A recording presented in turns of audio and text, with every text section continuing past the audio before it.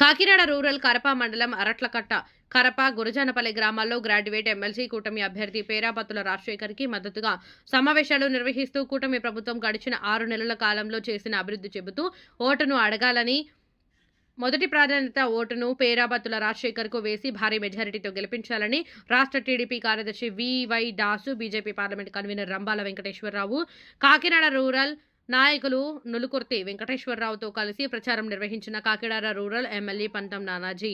ఈ కార్యక్రమంలో కరప మండల జనసేన పార్టీ అధ్యక్షుడు బండారు మురళి, కరప మండల టీడీపీ మండల అధ్యక్షుడు దేవు వెంకన్న, కరప మండల బీజేపీ పార్టీ మండల అధ్యక్షురాలు ఎర్రం నీడి పద్మావతి, స్థానిక కూటమి నాయకులు, కార్యకర్తలు, పట్టభద్రులు, వీర మహిళలు పాల్గొన్నారు. పూర్తి స్థాయిలో ప్రతి గ్రామంలో కూడా కూడిక తీసి డ్రైనేజ్ వ్యవస్థను మెరుగుపరిచి ప్రతి ఒక్కరికి సుభిక్షమైన మంచినీరు అందించే విధంగా 145 ట్యాంకులు క్లీన్ చేసే పరిస్థితి.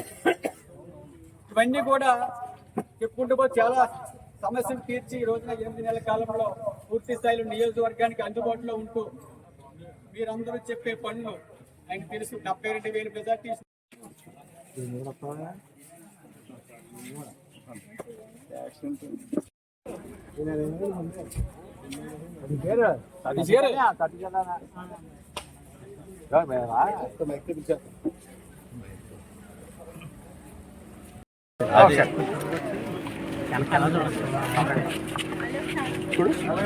Okay sir.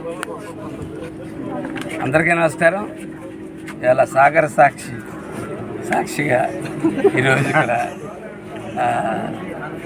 అరట్లకట్టలో ఉభయ గోదావరి జిల్లాల పట్టభద్రుల ఎమ్మెల్సీ ఎలక్షన్కి సదర్భ ప్రచారానికి పేరాబత్తుల రాజశేఖర్ గారిని గెలిపించే విధంగా ఇక్కడ ఉన్న స్థానిక నాయకుల్ని, గ్రాడ్యుయేట్స్ యొక్క తల్లిదండ్రులు ఎవరైతే ఉన్నారో ఊళ్ళో వాళ్ళందరినీ కూడా రిక్వెస్ట్ చేస్తా ఉన్నాం. ఎందుకంటే సాధారణంగా గ్రాడ్యుయేట్స్ అందరూ అక్కడ ఉద్యోగాలు చేస్తారు, బయట ఊళ్ళో ఉంటారు.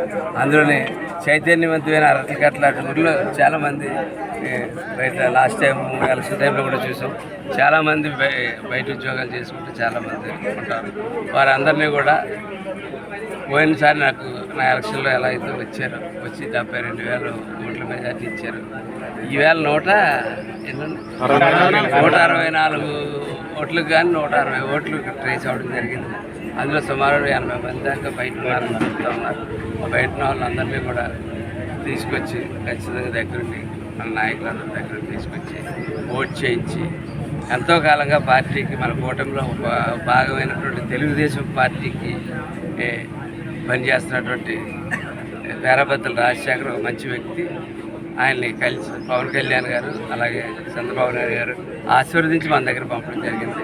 తిరిగి ఆయన్ని నెగ్గించి అక్కడికి అప్పచెప్పని చెప్పి వారు చెప్పడం జరిగింది.